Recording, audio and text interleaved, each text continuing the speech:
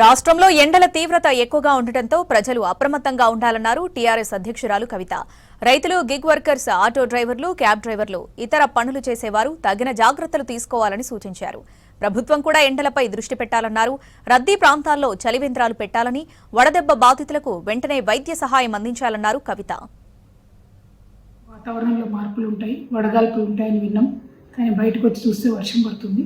So next 10-15 డేస్లో unpredictable weather ఉంటుందని చెప్పకనే మరి మొత్తం వాతావరణ సంస్థలు కానీ, పత్రికలు కానీ, ప్రభుత్వాలు కానీ చెప్తున్నాయి. కాబట్టి ఈ పరిస్థితి గమనించుకొని దయచేసి గిగ్ వర్కర్స్ ఎవరైతే ఉన్నారో మీరు ఖచ్చితంగా ORS ప్యాకెట్స్ క్యారీ చేయండి. కొంచెం శ్రద్ధ పెట్టుకోండి. Gig workers, auto drivers, taxi drivers అనేక చోట్ల చాలామంది వడదెబ్బలకు ఇబ్బంది పడుతున్నటువంటి సందర్భం మన రాష్ట్రంలో చూస్తూ ఉన్నాం. కాబట్టి దయచేసి మీ ఆరోగ్యం పట్ల కొంత మీరు శ్రద్ధ వహించండి అని చెప్పి నేను ఒక సోదరిగా మీకు రిక్వెస్ట్ చేస్తూ ఉన్నాను. అదేవిధంగా GHMC కానీ ఎక్కడెక్కడైతే గిగ్ వర్కర్స్ ఏ జిల్లాలలో పెద్ద సంఖ్యలో ఉన్నారో ఆయా జిల్లాలలో కలెక్టర్లందరూ కూడా నేను విజ్ఞప్తి చేస్తూ ఉన్నాను.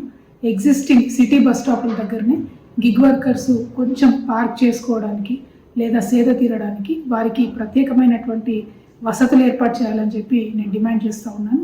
ఇప్పుడే కాదు, గిగ్ వర్కర్స్ ఇంకా పెరుగుతారు కాబట్టి వారికి ట్రాఫిక్లో అంతరాయం లేకుండా, ట్రాఫిక్ పోలీసులతో ఇబ్బంది లేకుండా ఎగ్జిస్టింగ్ సిటీ బస్ స్టాప్లోనే ఒక సైడ్కి ప్రాపర్గా వాళ్ళకు అవకాశం ఉన్న చోటల్లా కొంచెం రిలాక్స్ అయ్యే ఫెసిలిటీ కల్పించాలని చెప్పి నేను డిమాండ్ చేస్తూ ఉన్నాను.